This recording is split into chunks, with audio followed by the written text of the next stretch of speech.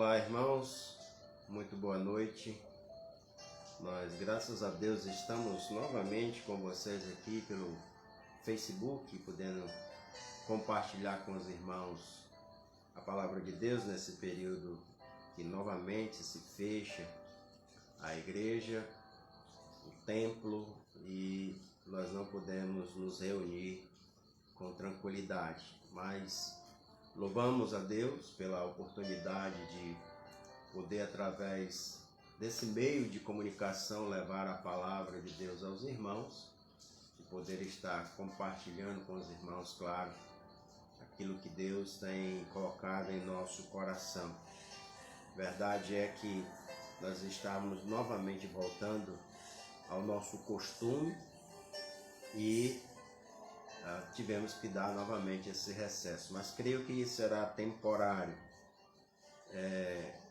Queremos continuar a fortalecer os irmãos, a edificar os irmãos na medida do possível através dessas lives, sabendo que não é o melhor, mas é o que temos para o momento, e que nós vamos estar auxiliando a igreja naquilo que for necessário para o seu crescimento, o seu fortalecimento e também assim o seu aprendizado da palavra de Deus.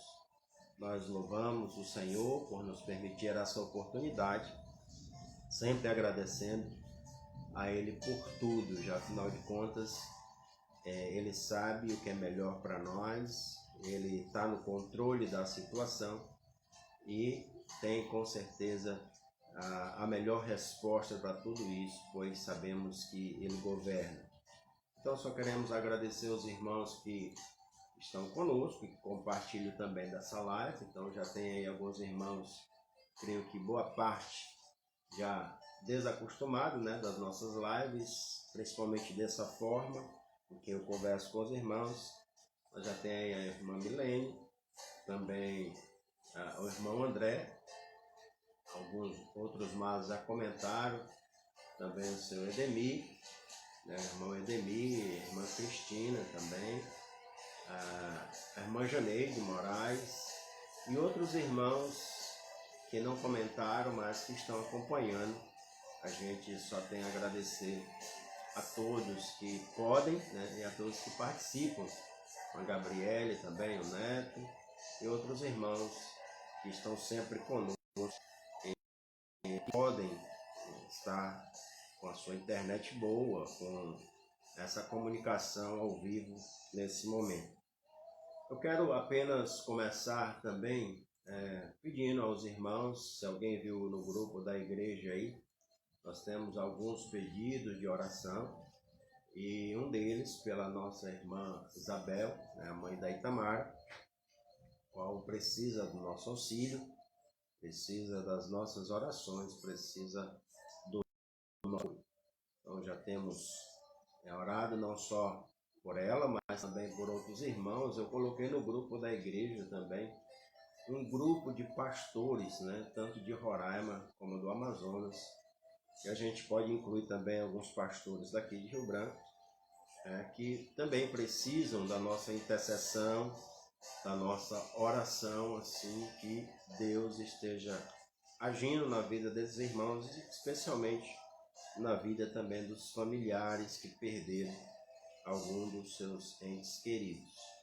Nosso desejo é estar ajudando uns aos outros e manter acesa, manter firme a nossa comunhão, mesmo que não seja presencial, mas que nesse horário, às 7h30, tanto de terça-feira como de quinta-feira, a gente esteja tirando esse tempo para aprender e também para orar ao nosso Deus. Lembrando que terça-feira nós temos aquele horário,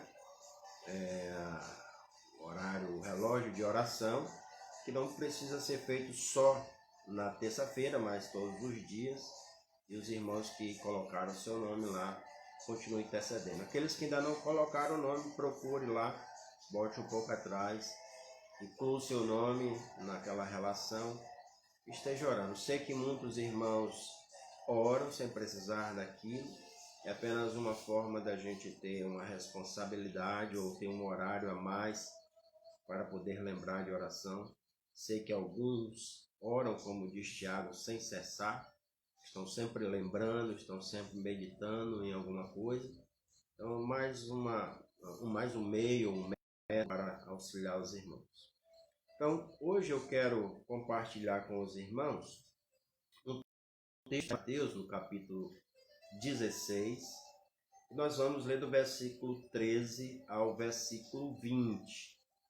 Quero destacar desse texto aqui as promessas de Jesus Cristo para a igreja.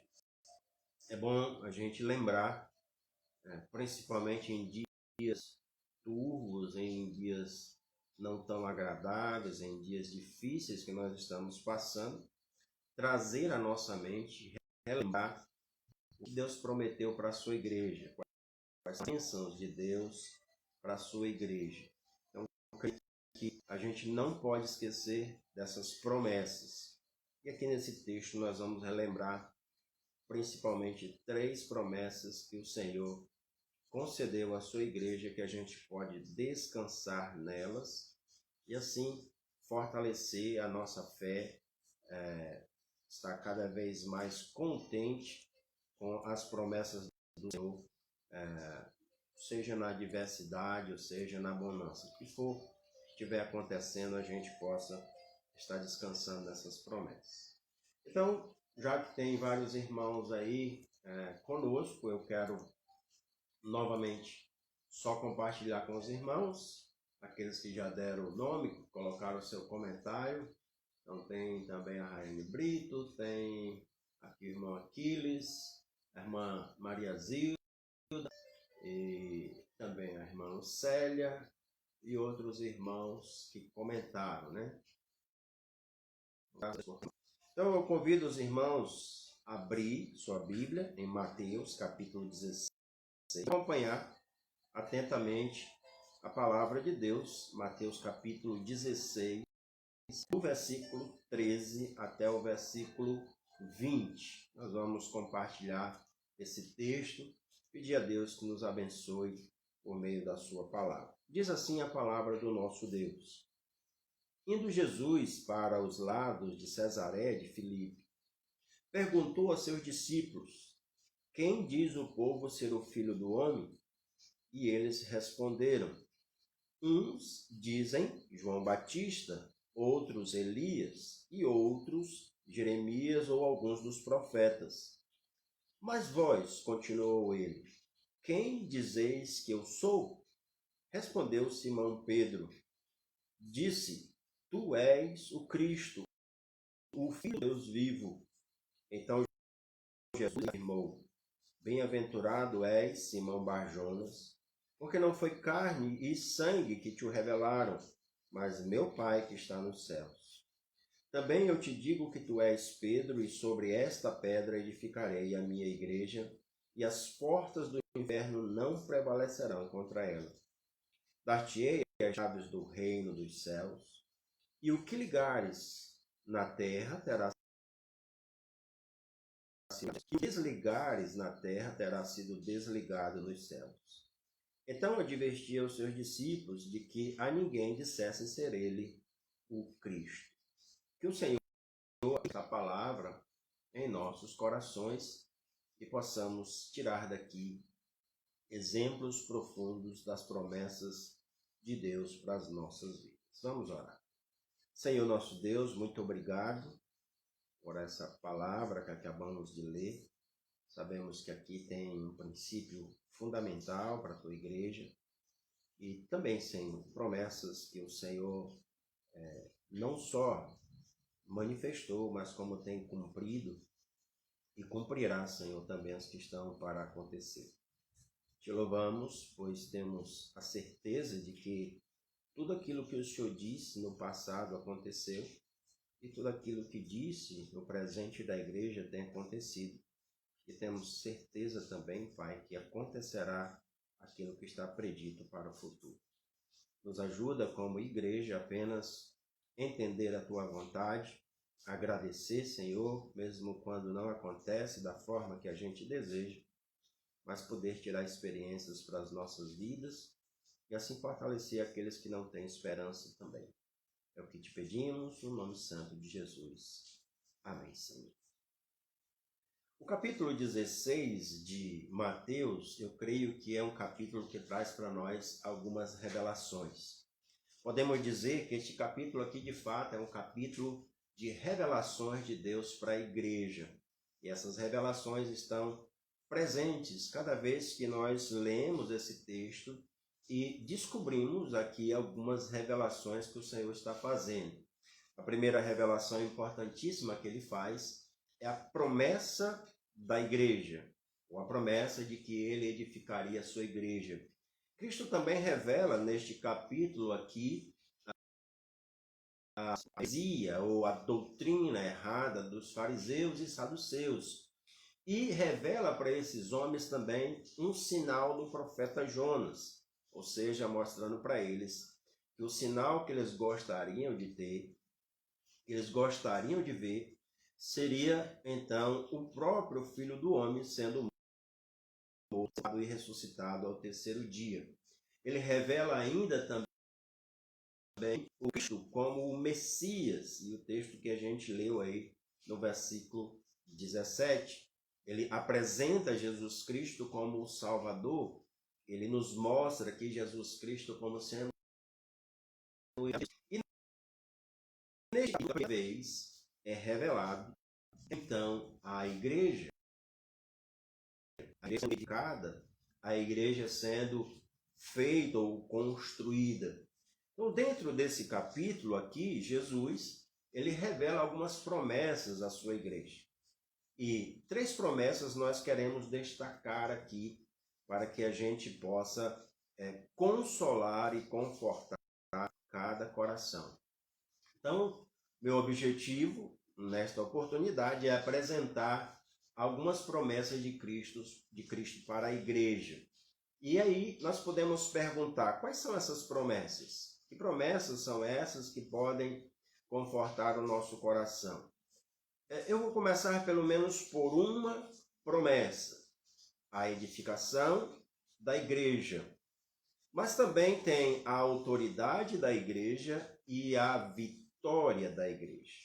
Essas nós vamos ver na outra oportunidade. Por enquanto, vamos ver primeiro a promessa que Jesus fez aqui para a sua igreja como uma promessa de edificação.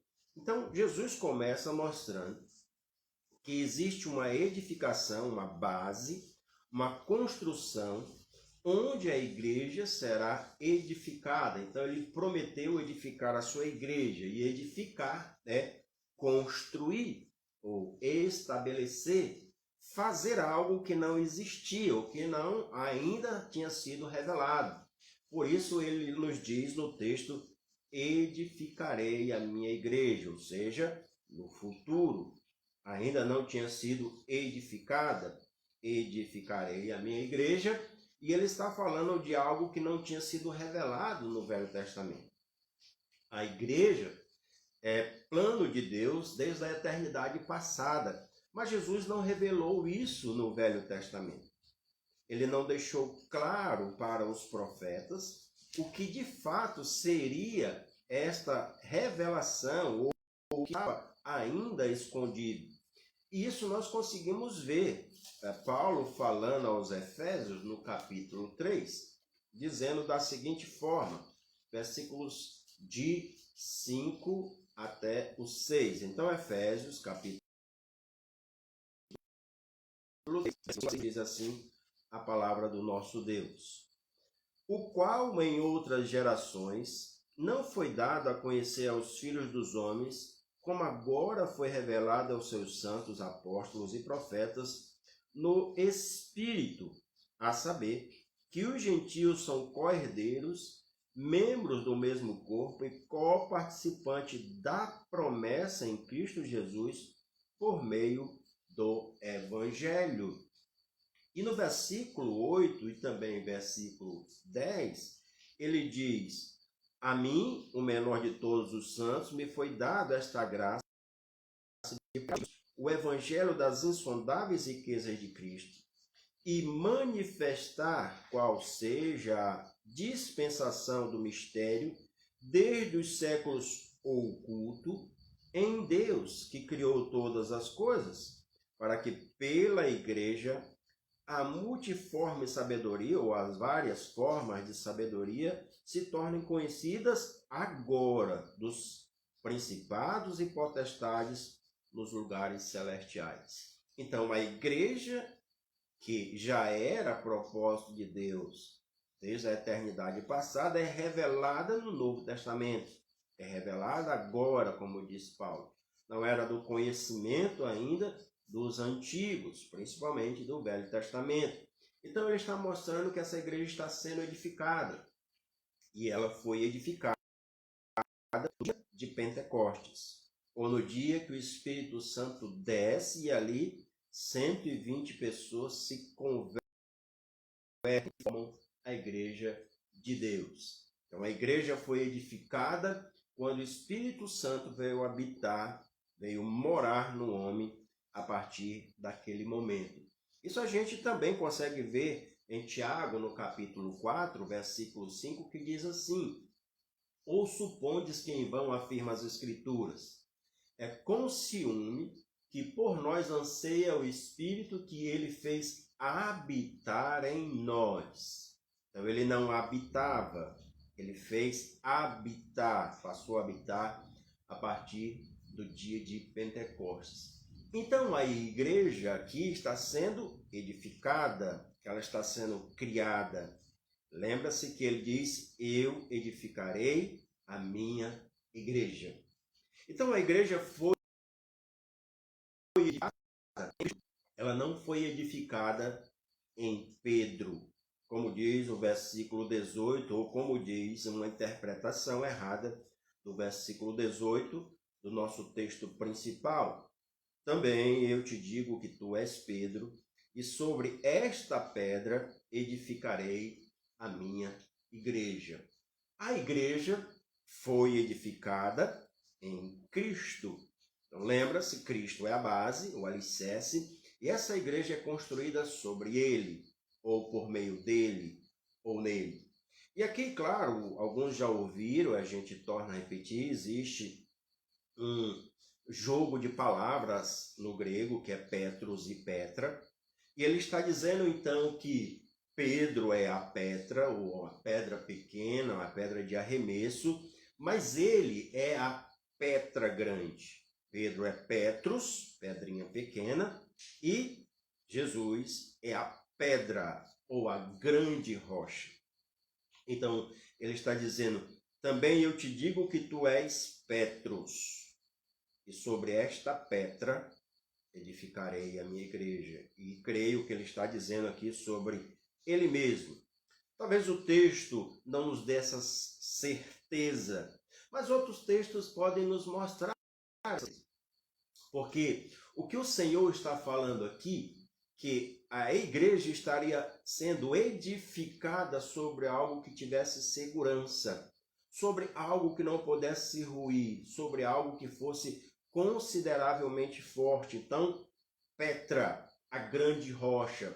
Essa palavra aqui, Petra, é também a mesma palavra usada lá em Mateus capítulo 7, ela é usada por Jesus para mostrar aqueles que ouvem a sua palavra e obedecem. É Mateus capítulo 7, versículo 24 e 25, quando ele diz: todo aquele que ouve as minhas palavras e as pratica, será comparado a um homem prudente que edificou a casa sobre a Petra, sobre a rocha, sobre a grande pedra.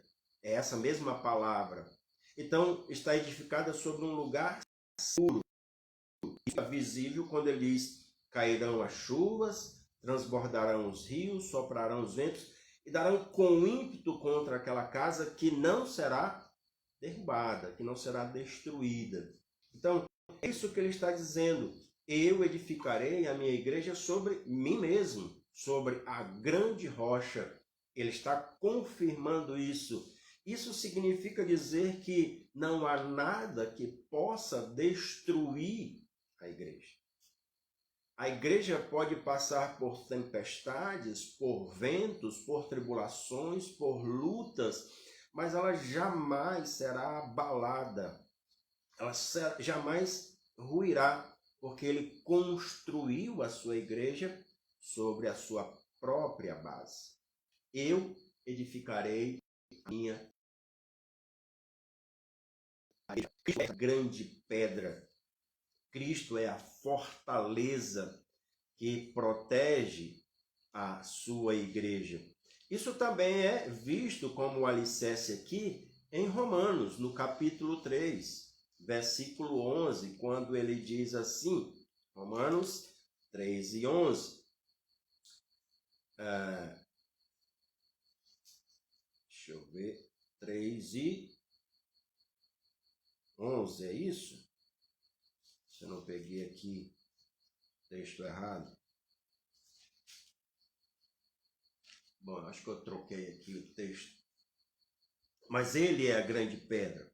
Ele é o alicerce. Ele é, de fato, aquele que sustenta a igreja como a rocha que nos dá segurança. Aquele que não pode ser, de fato, abalado. Ele é a rocha suficiente para sustentar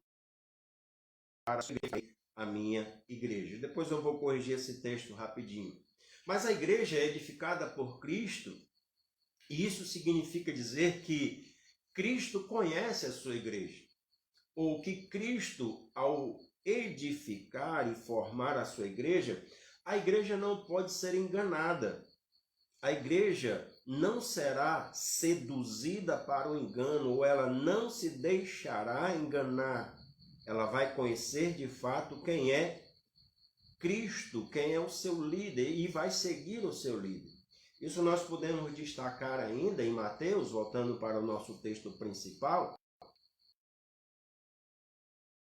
Quando ele diz, o que diz o povo ao meu respeito? O que eles falam ao meu respeito? Então eles respondem, eles dizem que tu és João Batista, dizem também que é Elias, ou alguns dos profetas, talvez Jeremias.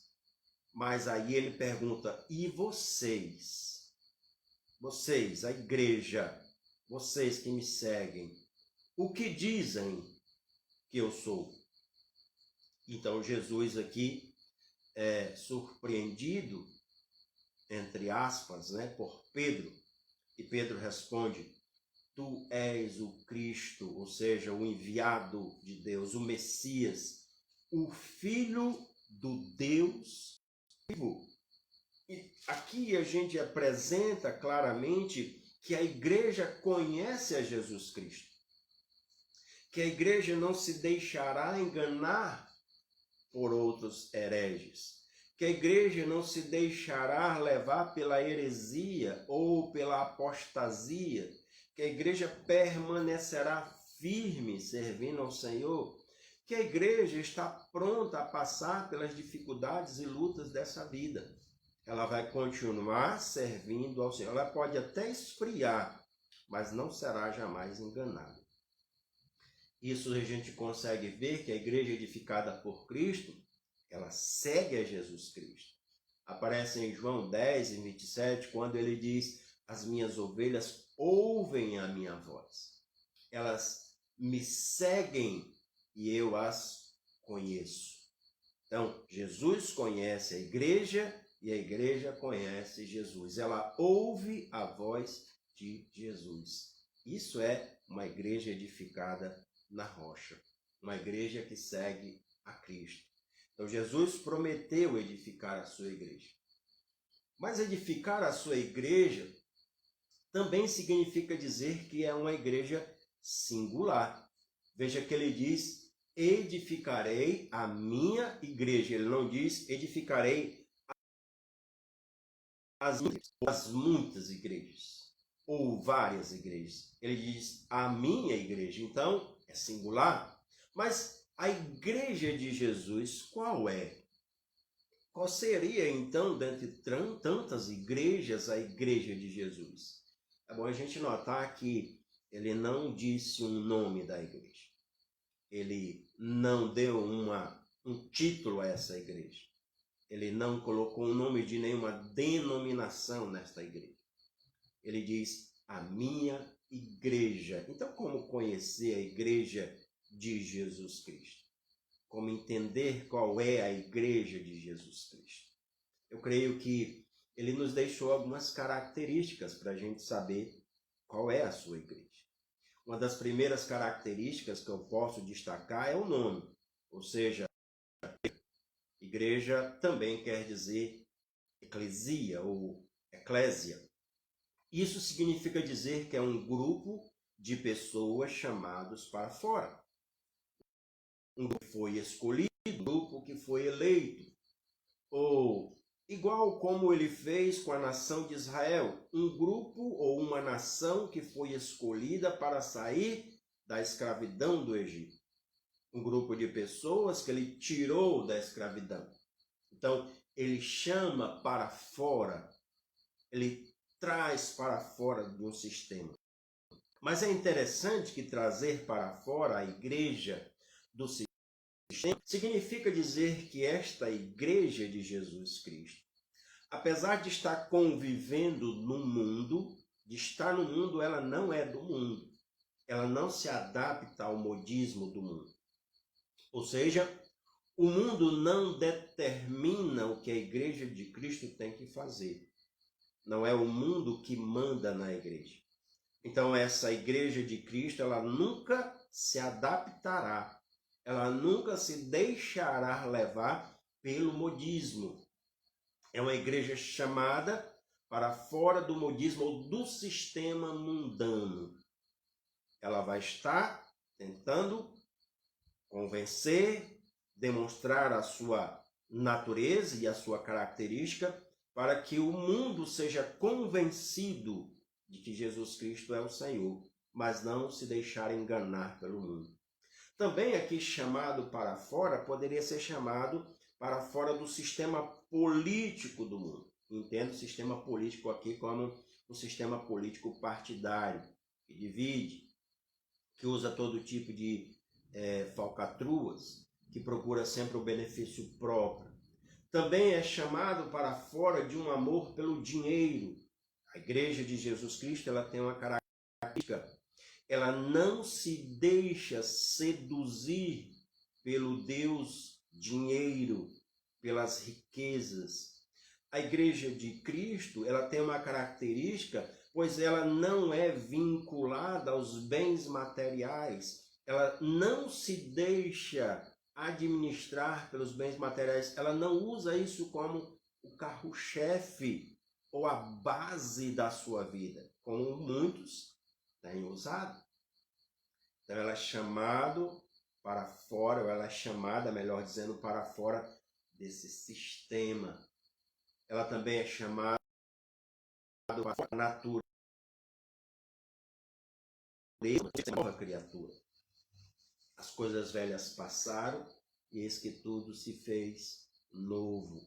Então, um chamado para mudança, um chamado que há transformação. É bom e importante notar que o próprio Senhor Jesus fala para Simão Bar-Jonas, que é Simão filho de Jonas, que não foi a carne e o sangue que revelou isso para ele, mas o Pai.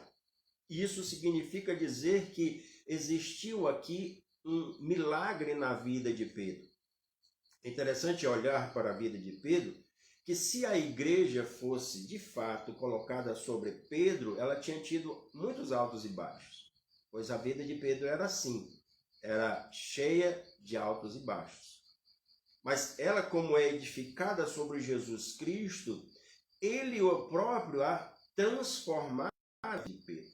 Aquele que era que negava Jesus, aquele que não aguentou a pressão por seguir a Jesus, depois ele se coloca, depois de transformado em uma nova natureza, ele se coloca até a ponto de dar a sua vida por causa de Jesus Cristo.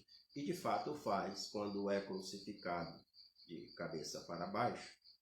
Então, alguém que foi transformado em uma nova natureza. A igreja edificada por Jesus Cristo não diz a Bíblia, o seu prazer, aquele que ama o Senhor, aquele que segue a sua palavra, será na lei do Senhor. Será buscar a lei do Senhor e viver na lei do Senhor. Ou seja, de ouvir a sua palavra, de obedecer a sua palavra e de ensinar a sua palavra. Então, uma igreja que foi chamada para fora. Essa é uma característica da igreja de Jesus Cristo, que não se deixa moldar, né? Que não se torna subserviente do mundo, que é escrava do mundo. Pelo contrário, ela procura para... Onde nós tem amado o presente século, ou amado o mundo, está seguindo uma doutrina errada. Está seguindo a doutrina que a Bíblia chama a doutrina de Balaão, ou seja, o ensinamento de Balaão. O que é o ensinamento de Balaão? É querer agradar o sagrado e o profano, ou como alguns dizem, agradar Deus e o diabo, um acender a vela para um e para outro. Essa não é a doutrina cristã, essa não é a doutrina bíblica, não faz parte da igreja de Deus esse ensinamento, porque temos que agradar Deus em primeiro lugar. Isso que a palavra de Deus nos ensina. Então a igreja de Cristo serve a Cristo, vive para Cristo, está alicerçada em Cristo. Essa é a primeira característica.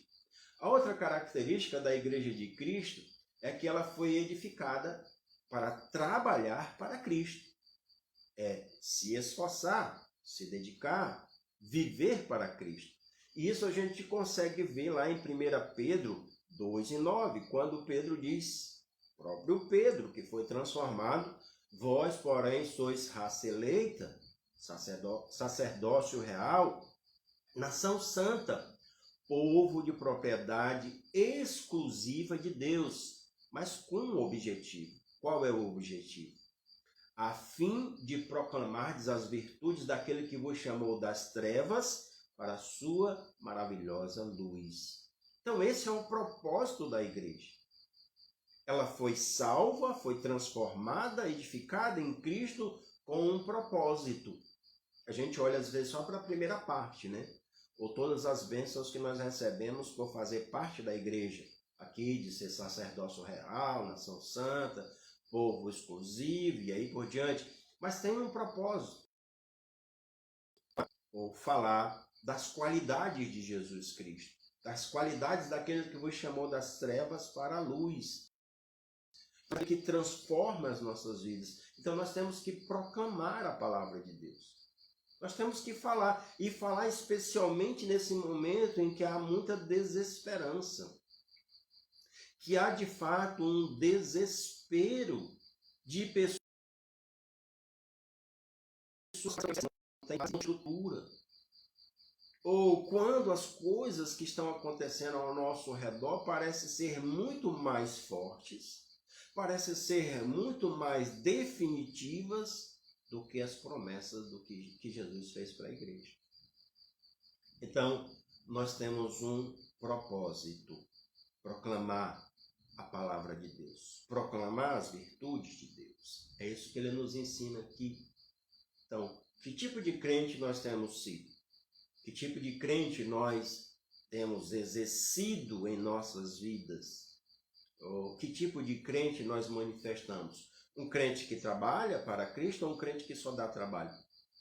Dá trabalho para a igreja de Cristo. E agora eu estou me referindo à igreja local. E claro, talvez se dá trabalho na igreja local, também vai dar trabalho na igreja espiritual, né? Na igreja geral, na igreja dos salvos em Jesus Cristo em todos os tempos de Pentecostes até hoje. Então, que tipo de crente nós temos sido?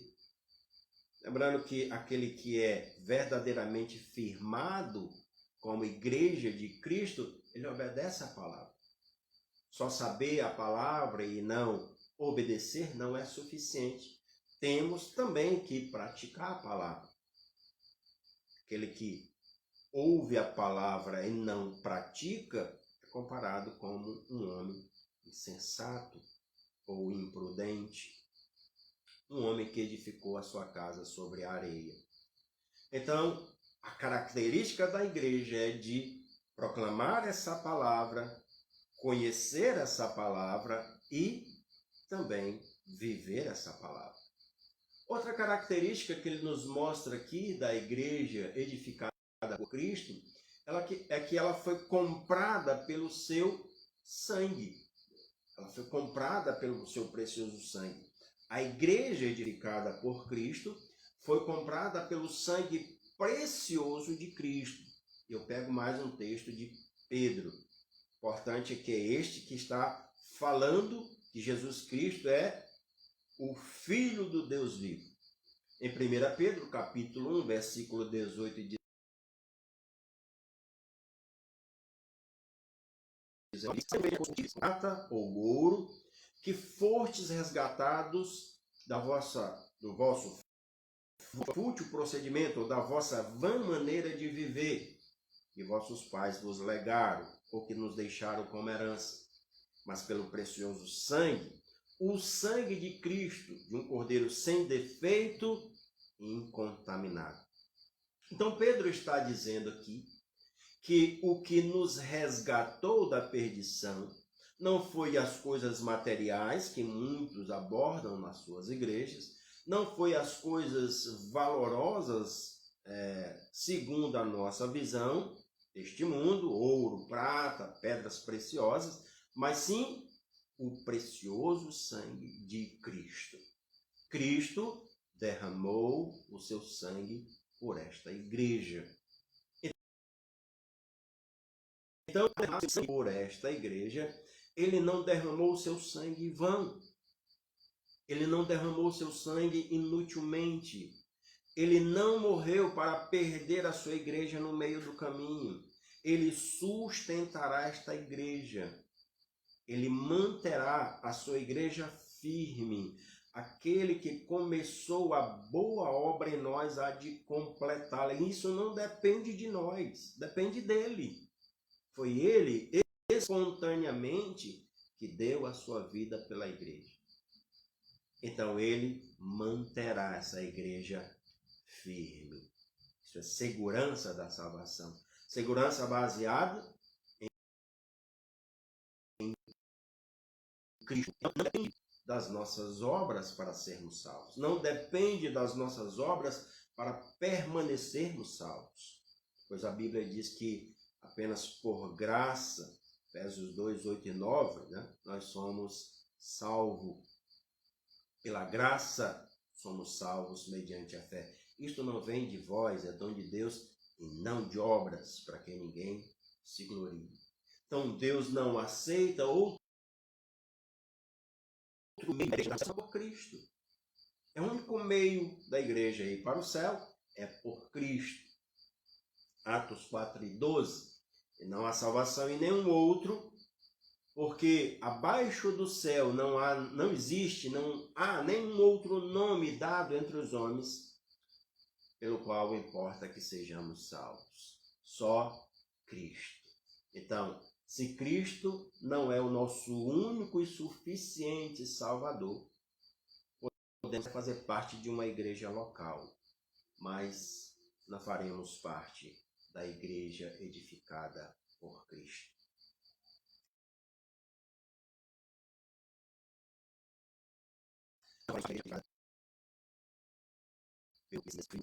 Não podemos ter a promessa de entrar nos céus.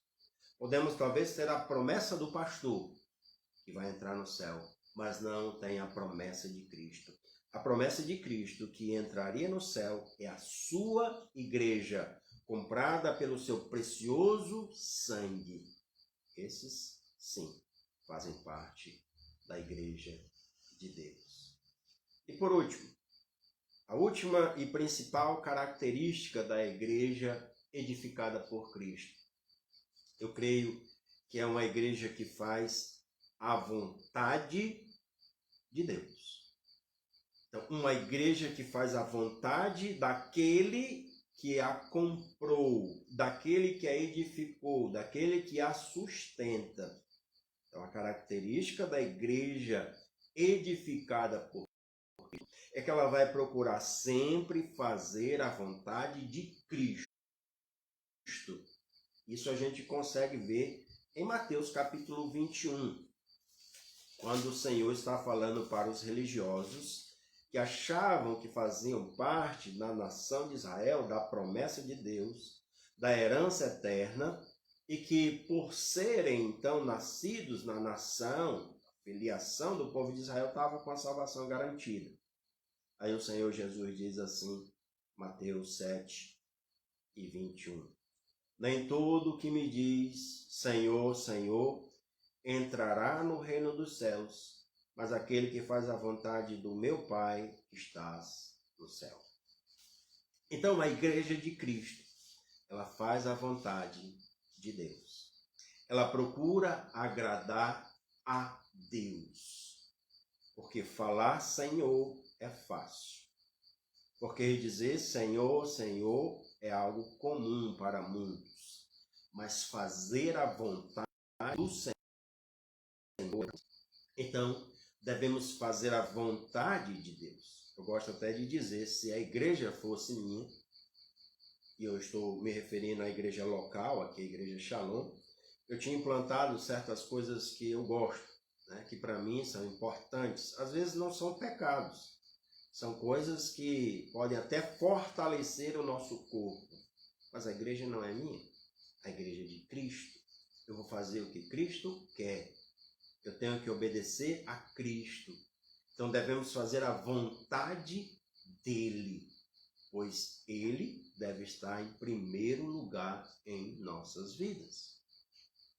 É ele que determina as nossas ações, é ele que norteia as nossas escolhas. Então, ele nos amou primeiro para que a gente pudesse amá-lo.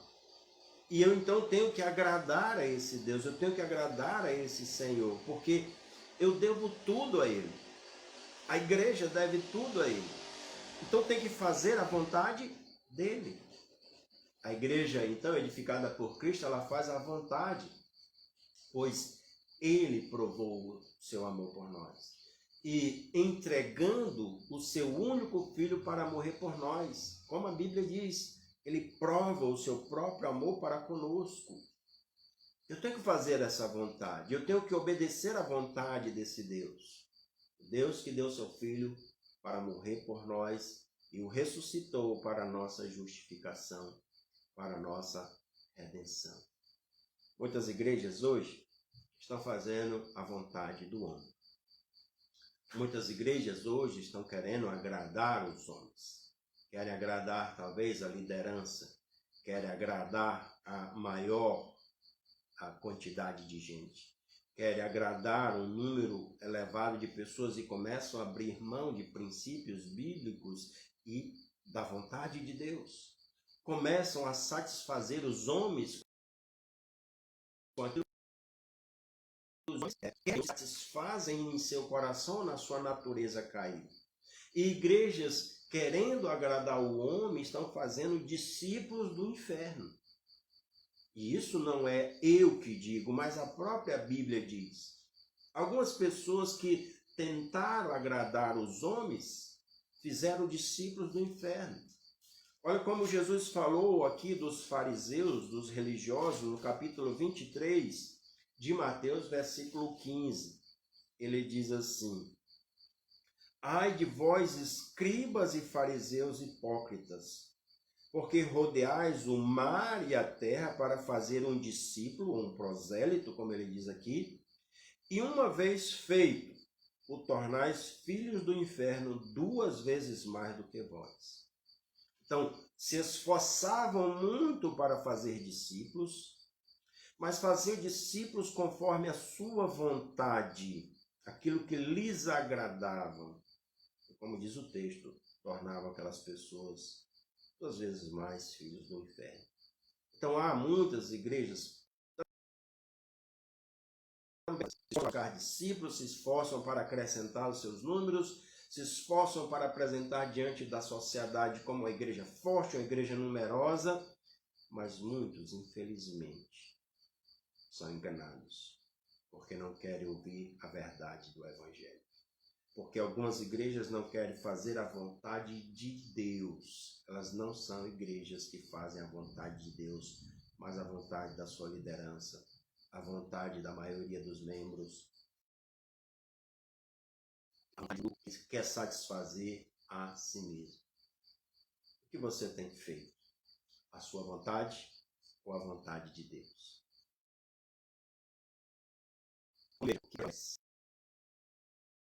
Ou a vontade de Deus? Verdade é que muita gente não quer certas coisas. Não quer ler a Bíblia, não quer ir para a igreja, não quer estar em comunhão com alguns irmãos, às vezes quer ficar isolado. Mas essa é a vontade de Deus. Eu creio que aquele que é da igreja de Deus vai eliminar a sua vontade. E mesmo contrariando a sua vontade, vai fazer a vontade de Deus. É a vontade de Deus que deve prevalecer em nossas vidas, por mais que algumas vezes a gente não queira fazer, mas vou fazer porque é a vontade de Deus. Essa igreja, edificada por Cristo, ela faz a vontade de Deus. Será que são essas as nossas características? Observe bem, ninguém pode enganar a Deus. Ninguém consegue enganar a Deus. Podemos enganar uns aos outros, mas a Deus não. A promessa para a igreja de Jesus é que ele edificaria a sua igreja com essas características. Que eu e você tenhamos as características que nós vimos aqui em nossas vidas. Que Deus nos abençoe e possamos ser identificados como a igreja de Deus para a honra e a glória do seu nome. Amém? Que Deus abençoe a cada um e possamos continuar ainda meditando nesta palavra. Nós vamos ver depois a segunda promessa para a igreja de Deus, que ele deu autoridade a essa igreja.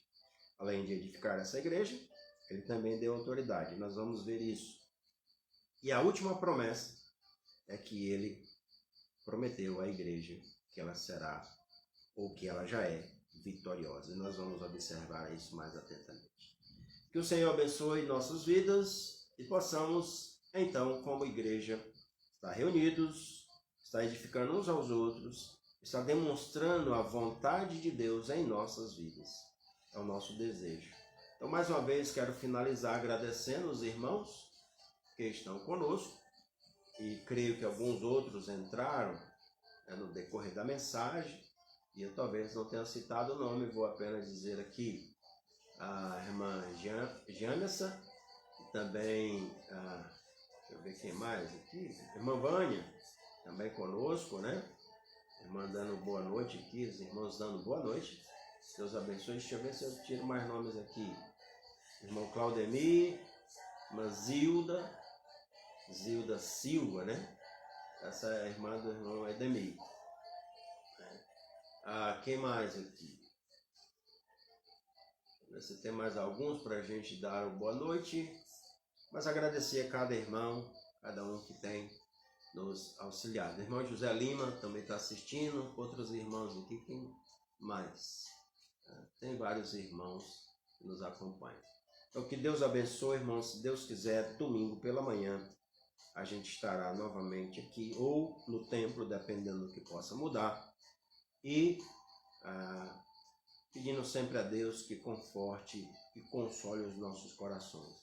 Lembre-se, como foi dito hoje, a igreja foi comprada pelo precioso sangue de Jesus. Por isso, ela está guardada, protegida por esse precioso sangue. Ainda que possa acontecer qualquer coisa conosco, ainda assim será o melhor para a glória de Deus. Que o Senhor abençoe nossas vidas e que nos console e conforte, principalmente aqueles que perderam algum ente querido. Deus abençoe e fortaleça a cada um dos nossos irmãos, aqueles que estão enfrentando a Covid, aqueles que venceram, aqueles que poderão passar por ela. Saibam que o Senhor está no trono, reina e governa, e Ele é bom, sabe o que é melhor para as nossas vidas. Boa noite a todos, fiquem na paz do Senhor e na sua graça que nos fortalece. Até lá.